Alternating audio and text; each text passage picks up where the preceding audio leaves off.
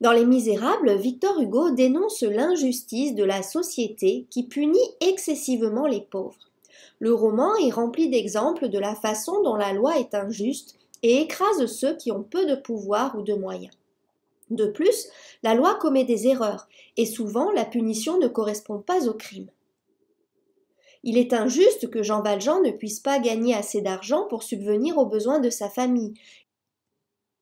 Ces tentatives d'évasion sont des protestations contre l'injustice de sa condamnation, mais son mépris de la loi ne fait qu'empirer les choses, car il finit par purger 19 ans pour son crime initial. Il continue d'être persécuté par le système en tant qu'ex-détenu, qui ne peut jamais être exempt de statut criminel, car la loi le poursuit sans relâche avec son passeport jaune et l'insistance pour qu'en tant que libéré conditionnel, il reste au même endroit. La loi est prête à punir un homme innocent, Champmathieu, sur la base du faux témoignage de 3 personnes, et il ne se libère qu'à cause de l'intervention de Jean Valjean. Un système juste aurait pu tenir compte des circonstances atténuantes de la vie exemplaire de Jean Valjean en tant que Madeleine, et de son choix de se manifester pour sauver un homme innocent.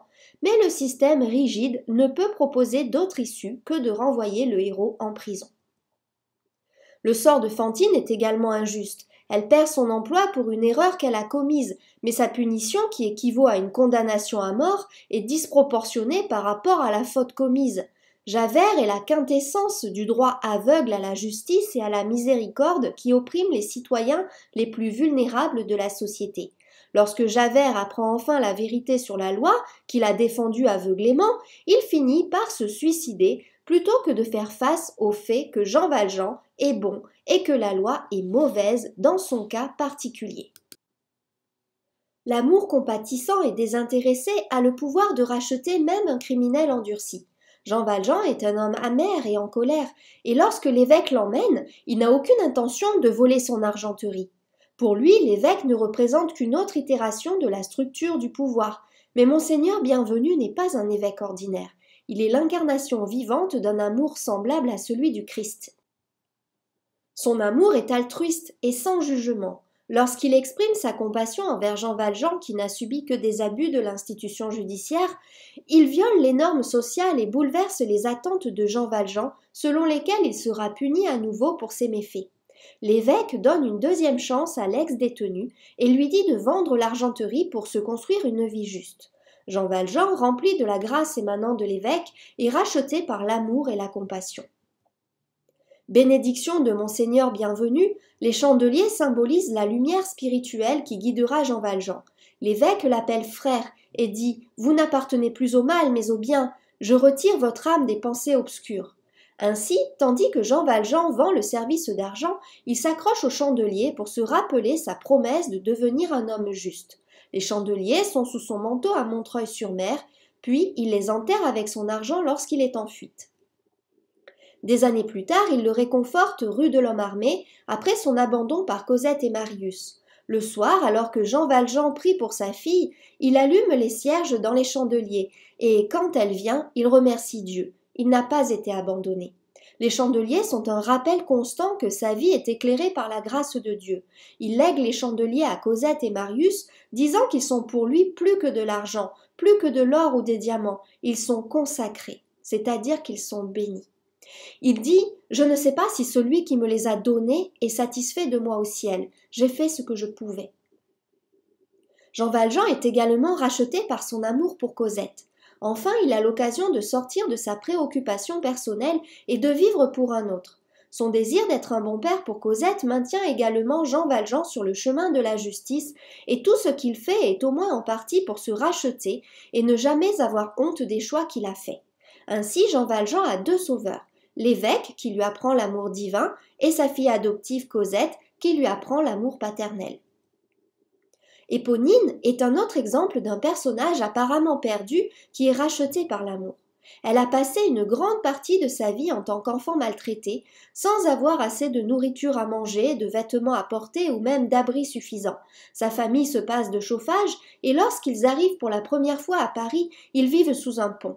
Son père lui enseigne ses coutumes criminelles et fait appel à son aide dans ses stratagèmes pour escroquer les gens et leur extorquer de l'argent. Pourtant, lorsqu'elle tombe amoureuse de Marius, elle voit la possibilité de vivre différemment, tout comme Jean Valjean après avoir rencontré l'évêque. Éponine regarde Marius comme un exemple et elle souhaite mettre de côté sa vie criminelle pour être meilleure pour lui, même si son amour restera sans contrepartie. Elle sauve Jean Valjean et Cosette du gang Patron Minette et elle prend une balle pour Marius, mourant sur la barricade pour qu'il puisse vivre. Ainsi, Éponine est spirituellement rachetée par son amour pour Marius. Inversement, Javert n'est pas racheté, parce qu'il ne peut pas aimer. La seule chose qui donne un sens à la vie de Javert est la loi. Mais il n'aime même pas la loi. Il se prosterne plutôt devant elle comme devant une idole. Lorsqu'il apprend que la loi n'est pas parfaite et que le criminel qu'il poursuit ressemble davantage à un saint, il ne peut pas le supporter. La loi finit par montrer ses limites et perd pour Javert son sens existentiel. Et sans amour dans sa vie pour traverser cette crise, il se suicide. Pour survivre aux épreuves de la vie, les gens ont besoin de foi, une croyance en quelque chose ou quelqu'un qui donne un sens à leurs efforts. Le narrateur concède que la foi n'a pas besoin d'être dans une divinité, bien que la foi en Dieu soit dépeinte comme l'idée la plus durable et la plus fiable pour aider à traverser une crise. La foi en Dieu permet à l'évêque de traverser la vie sans peur et lui donne le courage d'étendre sa compassion à tous. La foi lui permet de croire que même un criminel apparemment impénitent pourrait trouver une nouvelle vie avec le soutien de la vertu chrétienne. De même, la foi de Jean Valjean en Dieu lui permet de traverser ces terribles épreuves, et même lorsqu'il est à son plus bas niveau, il ressent la présence de Dieu dans sa vie et sait qu'il n'a pas été abandonné. Il considère ces souffrances comme des épreuves qui ont été envoyées par Dieu pour le tester et le purifier. À la fin du roman, lorsque Cosette arrive enfin, il dit que Dieu lui montre qu'il ne l'a pas oublié. Enjolras a aussi la foi, mais elle est de nature laïque. Il croit en la révolution et en son pouvoir de faire avancer l'humanité. Il croit que l'établissement de gouvernements véritablement démocratiques apportera un paradis sur terre, même si ce rêve se réalise longtemps après sa mort. Lorsqu'il s'adresse aux citoyens sur les barricades, il fait écho aux idées de Rousseau sur une société civile dans laquelle chaque personne ne renonce qu'à la liberté nécessaire pour ne pas nuire aux autres. Ensemble, le peuple forme une république dans laquelle le pouvoir de gouverner découle du consentement des gouvernés. Enjolras prédit que lorsque tout cela se passera, les gens seront heureux et l'harmonie sera rétablie entre l'âme et l'étoile. Ainsi, Enjolras va à la mort sans crainte, pensant que son sang paiera pour le bonheur des générations futures.